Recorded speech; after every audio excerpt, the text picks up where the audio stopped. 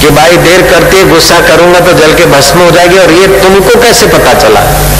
भाई ने बोला मेरे पति को अभी मेरे सेवा की जरूरत है महाराज, मेरे पास इतना टाइम नहीं। सदना कसाई रहता है, उसकी दुकान पे चले जाओ, वो आपको सब बता देगा रहस्य। अब वो जमाना और साधु भेख, लंबी लंबी जटाएं, उस सदना कसाई का ठिकाना पूछना बड़े साहस की बात थी, लेकिन ज्ञान की प्यास थी। कुछ ध्यान भजन किया था, कुछ हृदय पवित्र हुआ था। वो नरोत्तम जोगी सदना कसाई की दुकान पूछता पूछता बाजार में गया। किसी प्रारब्ध वेग से उसको कसाई का प्रारब्ध पूरा करना था, किसी कर्म के बंधन से। अगर दूसरा आदमी वो धंधा करता तो ज्यादा हिंसा करता, लेकिन वो धंधा करता तो आजीविका के लिए करता है और बना बनाया लाता और बेचता है, कम नहीं तोलता। सदना कसाई अपना ग्राहकों को दे रहा है और नरोत्तम सामने आकर खड़ा है। सदना बोलता है कि वो बाई ने भेजा है आपको ज्ञान लेने के लिए। महाराज अभी मैं अपवित्र हूं, मेरा ये पूरा जरा जुगाड़ पूरा कर लूं, फिर नहा धो के आपकी सेवा में हाजिर होता हूं। नहा धोकर सेवा में हाजिर हुए, बोले बाबा जी आप तपस्या कर रहे थे और आपके गुस्से से चिड़िया जलकर भस्म हो गई। नरोत्तम देखता है कि इसको किसने बोला। उस समय वॉकी टॉकी नहीं था, टेलीफोन सिस्टम नहीं था। आदमी का अंतःकरण इतना सूक्ष्म हो जाता है प्रसाद से कि हजारों लाखों माइल की घटना वो जानना चाहे तो जान सकता है, और तो क्या स्वर्ग की मसलतें जान सकता है। योगी अगर मूलाधार केंद्र का ध्यान करे तो उसे पटुता, सहजता, सरलता प्राप्त हो जाती है।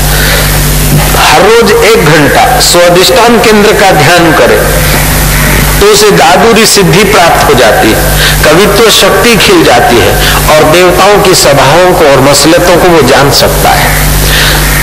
तीसरे केंद्र का 1 घंटा प्रतिदिन ध्यान करे, उसकी विलक्षण मति हो सकती है और न सुने समझे शास्त्र, एक बार जरा सा नजर डाले तो शास्त्रों की व्याख्या करने की शक्ति खुल जाती है।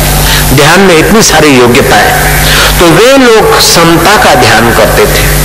वो बाई भी व्यवहार करते समय भी अपने स्वार्थ के लिए नहीं करती थी, सुख लेने के लिए नहीं करती थी, अपना कर्तव्य समझकर पति की परिवार की सेवा करती थी, बाकी का समय बचाकर अपने श्वासोश्वास की साधना करती।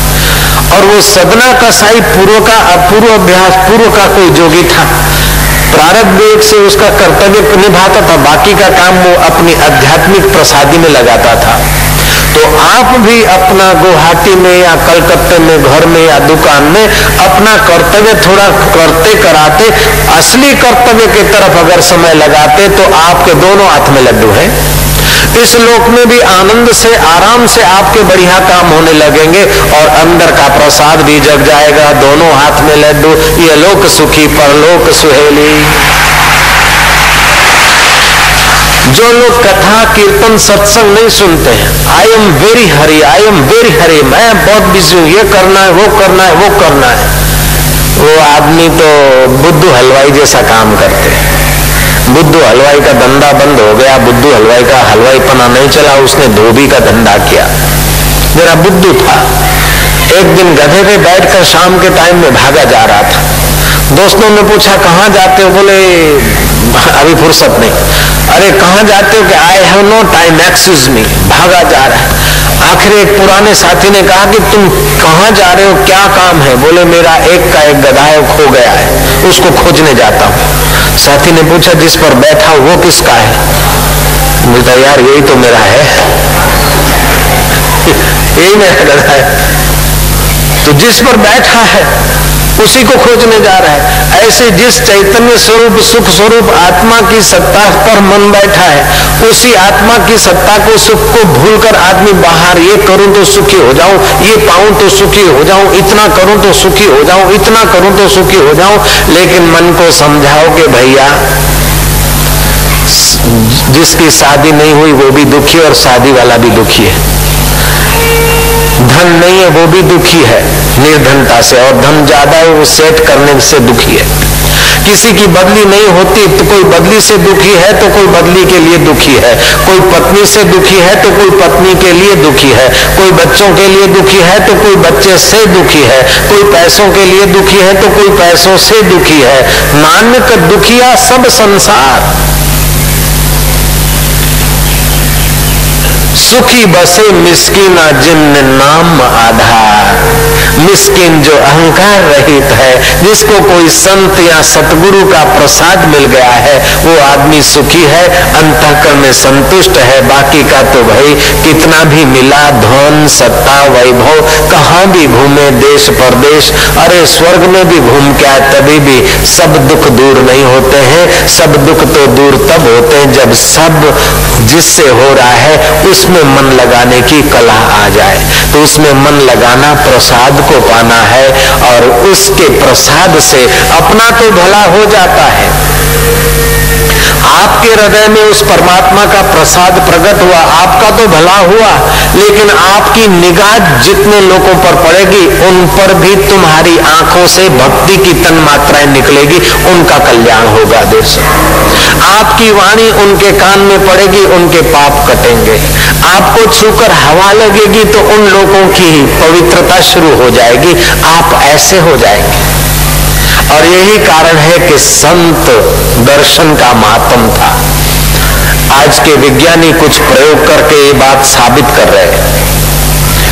जीव विज्ञान के ज्ञाता विज्ञानियों ने रिसर्च किया कि जो आदमी घृणा से भरा है, अशांति से भरा है, क्रूरता से भरा है, उसकी नजर पड़ती तो 1500 जैसे श्वेत कण नष्ट हो जाते हैं, जो आरोग्यप्रद श्वेत कण है शरीर में। लेकिन जो शांति से भरा है, आनंद से भरा है, पवित्रता से भरा है, भक्ति ज्ञान से भरा है, ऐसे पुरुष की नजर पड़ती तो 1600 जैसे श्वेत कण 1 घन मिलीमीटर ब्लड में तैयार हो जाते हैं। और यही कारण था प्राचीन भारत का कि किसी को रोग या बीमारी होती तो बड़े बुजुर्ग लोग अथवा अच्छे लोग उसको मिलने जाते, माँ या बाप या कोई संत उसके सिर पर हाथ घुमाते, उसके लिए शुभ कामना करते और आदमी ठीक हो जाता धीरे धीरे। अभी तो ऑपरेशन करो, सर्जरियां करो, हार्ट का स्पेशलिस्ट, नाक का स्पेशलिस्ट, कान का स्पेशलिस्ट, मगज के अलग अलग हिस्सों का, अलग अलग मगजों का अलग अलग स्पेशलिस्ट, तभी भी देखो तो हकीम का यार सदा बीमार, अस्पतालें भरी हुई है, ऐशो हो रहा है। क्योंकि आदमी अंदर के प्रसाद को भूलता जा रहा है और बाहर से ये खपे खपे में खपा जा रहा है। खाना पीना, कपड़ा पहनना अथवा हवाई जहाज में या गाड़ी में बैठना मना नहीं, लेकिन इन चीजों से, सुख की भावना से इन चीजों में चिपक जाना और अंदर के सुख की कोई यात्रा न करना, समझो अपने को दुख में डालना है। मैंने आज सुबह बात बताई थी, थोड़ी आधी छूट गई थी वो बात। माणिक चौक में माणिकनाथ जोगी हो गए अहमदाबाद में। साबरमती की एक शाखा उस समय वहां से बहती थी, नदी ही रुख बदलती रहती है। अभी जो माणिक चौक है अहमदाबाद में, वहां माणिकनाथ का छोटा मोटा आश्रम था। अहमद बादशाह ने उस जगह पर कब्जा करके अपने नाम का नगर बसाने की इच्छा से, अहमदाबाद का नाम कर्णावती नगर था, अहमद ने अपने नाम से उस नगर को घोषित करना था। जोगी को गुस्सा लगा कि हमारी जमीन और आश्रम हड़प रहा है, क्या समझता है अहमद का बच्चा। दिन भर वो दीवाल चुनाए, कोट चुनाए जाते थे नगर के बाहर। नगर के अंदर, कोट के अंदर ही लोग रहते थे। अभी भी पुराने दरवाजे हैं, 3 दरवाजा है, दिल्ली दरवाजा है, शाहपुर दरवाजा है, अभी भी पुराने खंडेर दिखते हैं। तो दिन भर तो वो सैकड़ों आदमी दीवाल चुने। इधर बाबा जी क्या करे, साबरी मंत्र की सिद्धि थी, गोदड़ी सीते थे। शाम हो जाए, कारीगर मजदूर चले जाए और